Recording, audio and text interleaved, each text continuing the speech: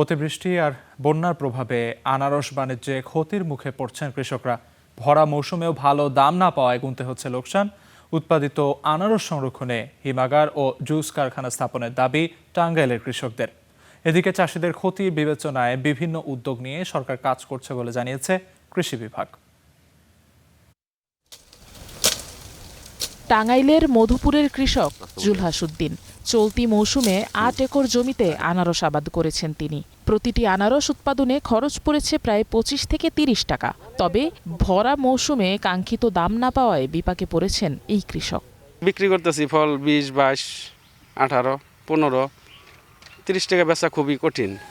মধুপুরের জলছত্র বাজার ভোর থেকেই শুরু হয় আনারসের বেচা কেনা। দেশের বিভিন্ন প্রান্ত থেকে ছুটে আসেন পাইকাররা। তবে আবহাওয়া অনুকূলে না থাকায় ও বাজারের চাহিদা কম থাকায় কম মূল্যেও আনারস কিনতে আগ্রহ নেই পাইকারদের।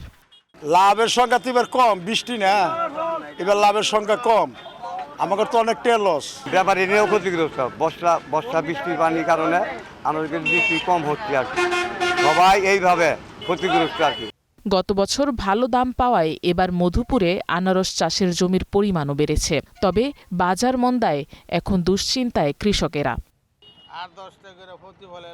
বন্যা আছে, বৃষ্টি, মানুষের খাওয়ার চাহিদা কম, আমদানি বেশি, বৃষ্টির কারণে বাজারটা খারাপ হয়ে গেছে। কাঁচা মাল আনছি, কাইটে আনছি, বেশ লাগেই। কৃষকদের এই সমস্যা সমাধানে হিমাগার ও সংরক্ষণাগার তৈরির উদ্যোগ নেওয়া হয়েছে বলে জানিয়েছেন কৃষি বিভাগের এই কর্মকর্তা। তো আনারস প্রসেসিং এবং আনারস কোল্ড স্টোরেজের জন্য আমাদের সরকারিভাবে আমরা মন্ত্রণালয়কে জানিয়েছি। আর কোল্ড স্টোরেজের জন্য আমরা ছোট পরিসরে সরকার একটা পদক্ষেপ নিয়েছে।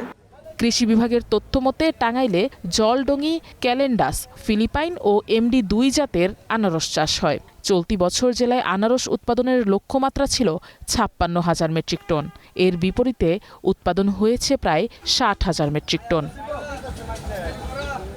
Afroz Alamia, Star news.